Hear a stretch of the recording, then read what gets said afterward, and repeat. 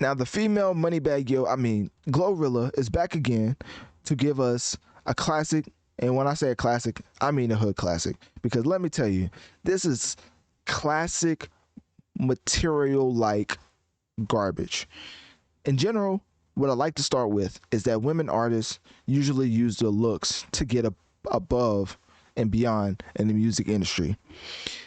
So one thing I like about Glorilla is that she really heavily puts out lyrical content that has quality attached to it, so everybody takes it serious as a rapper. As far as physically and how she looks, always subjective, of course, but for the most part, people are fickle, and I believe that the way that Glorilla raps, also along with her public image, is the way that lyrically puts her ahead of the pack. But statistically and popularity wise, of course, everybody's just walking around saying, what is it? He a munch or something like that. I know he a munch.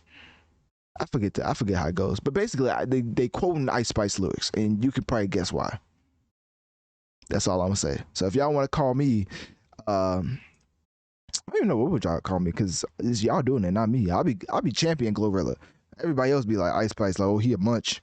Like, I forget what she says, but anyways, Glorilla is back again with her empowering brand new track. That's what it said in the article. I had to read it like that. That was pretty funny. Internet Trolls, which serves as a pushback anthem to exactly that, online haters. But let me tell you something. So this track, it has quotables in a sense. Glorilla says at a certain point, you could be who you want to be, live how you want to live, stunt how you want to stunt, give what you supposed to give, say what you want to say, feel how you want to feel. Then she keeps going. Sometimes I think they be forgetting the internet a fairy tale slash teach that N-word, because this is a PG podcast, for the people, but in person he a expletive slash they be gangster on the booth, but in them papers be a snitch. Now hold up. I did not know we was throwing Gunatello shots.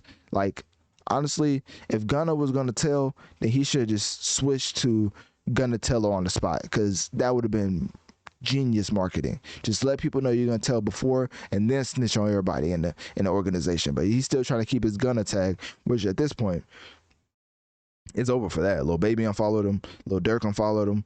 Nobody's co-signing him being out. You know, nobody's happy. Nobody, like, think about it. You haven't seen one major artist come out and be like, I'm glad Gunna's home. Nobody. And it's a shame, man. It's really a shame that the streets have taken over hip hop as much as it has, you know. But anyways, getting back to the Glorilla. So yeah, she put out this track, and I just can't lie, man. It's just absolutely, you know, positively, unequivocally, you know, just garbage. You know, it's one of those type of tracks where even as a Glorilla fan, as I do call myself, I really wanted to like this track, and it's just not good. It's very formulaic. The way she's rapping is like she's trying to make another F and F, which I think that's why the whole sophomore slump for artists even exists in the first place. Because when you create that hit, right? When you create a hit and then you try to replicate that hit, I feel like in general, you end up making the same track. And it's not that the baby feel, it's just like you're doing what's work. Well, what's work? You're doing what works. If it's not broke, don't fix it. And for Glorilla, she's learning that it's potentially showing cracks as internet trolls is being clowned on the internet. Ironically, you never win with the internet, and that's the thing I wanted to end with. You go against the internet, you will always lose. You either have to lean into the joke or just act like the joke never happened. And for Glorilla to put out internet trolls, obviously it could have been an anthem, but guess where she's promoting the track? Guess what people's gonna be streaming the track? Guess what people are gonna be buying the track? On the internet. So internet trolls are gonna troll the track that you're even trying to troll them on. Like, it's not really a positive outlook either way. So I think if she would just focus on being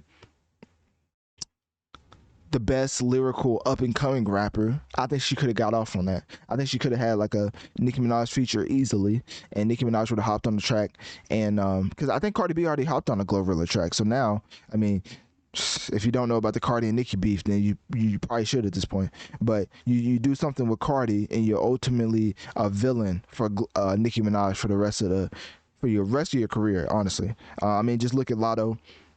Nicki Minaj calling her scratch off every chance she gets. I mean, literally look it up. Nicki Minaj nicknames Lotto scratch off. Like, it's a real thing.